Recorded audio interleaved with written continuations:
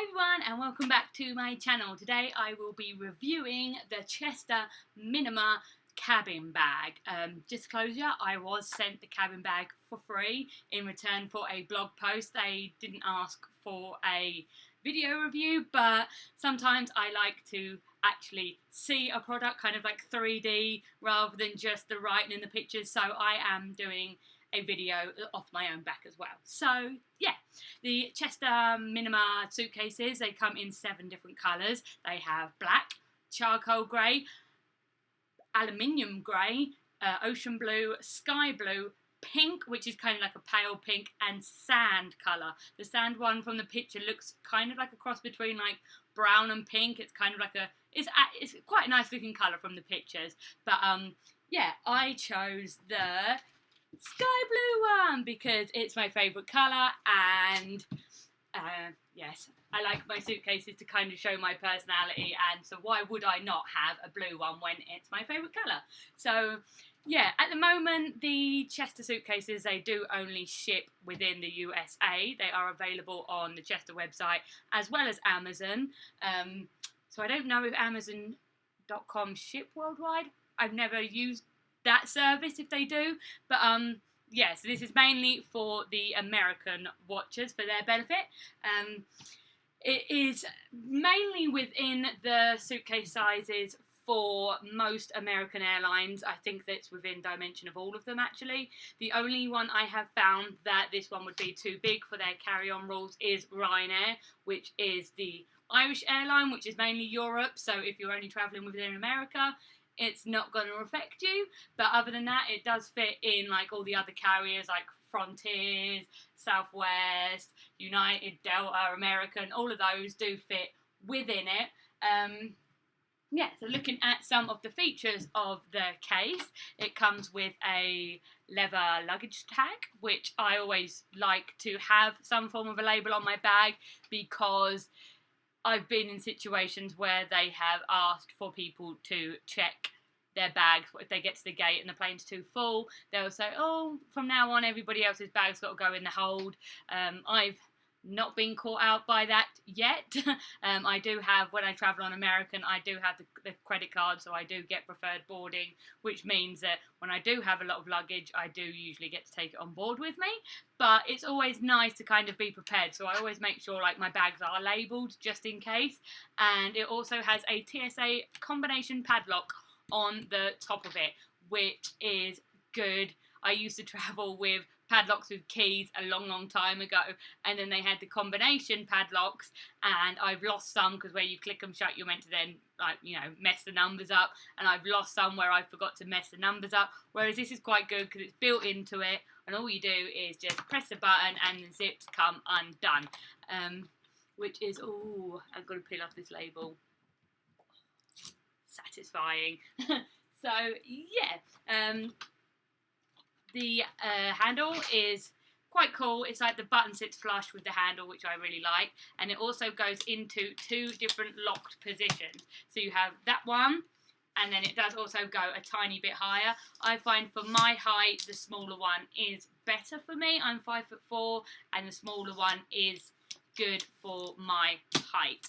It's also a spinner suitcase, which means it has 4 wheels that go in all different directions. Again, that's really cool.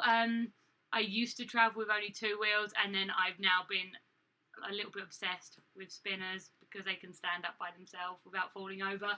So yeah, I love that about it. And if we open it up, it's really good, well quality made as well. The zips are really nice.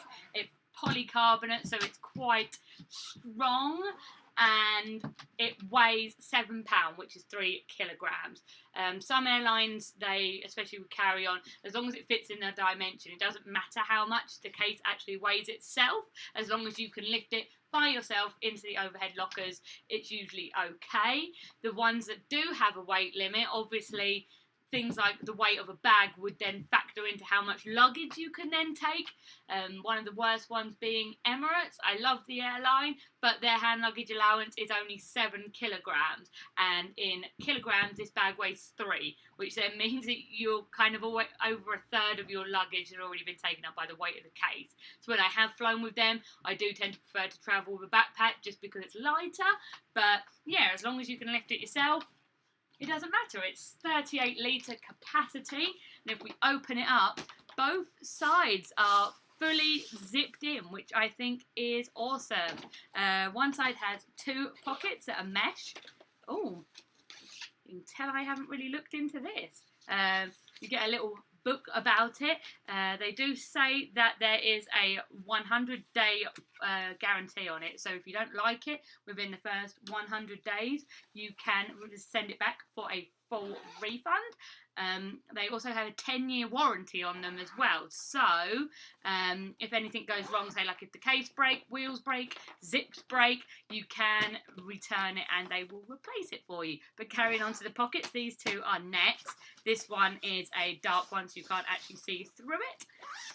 If we open it up fully, it's kind of just a regular hole inside it. There are no compression straps on this case, which kind of, it does make me a little bit sad, because I do like to use compression straps, especially like when the case, you tip it up, everything just tends to go and sinks to the bottom. But when you've got kind of like half size and then they're zipped in, that does obviously kind of help it a little bit.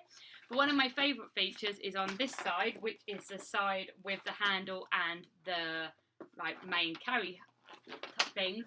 Another type of a handle that's not retractable. This side does actually have, which I think is awesome, it comes with its own like built-in laundry bags, which is about the size of the case itself.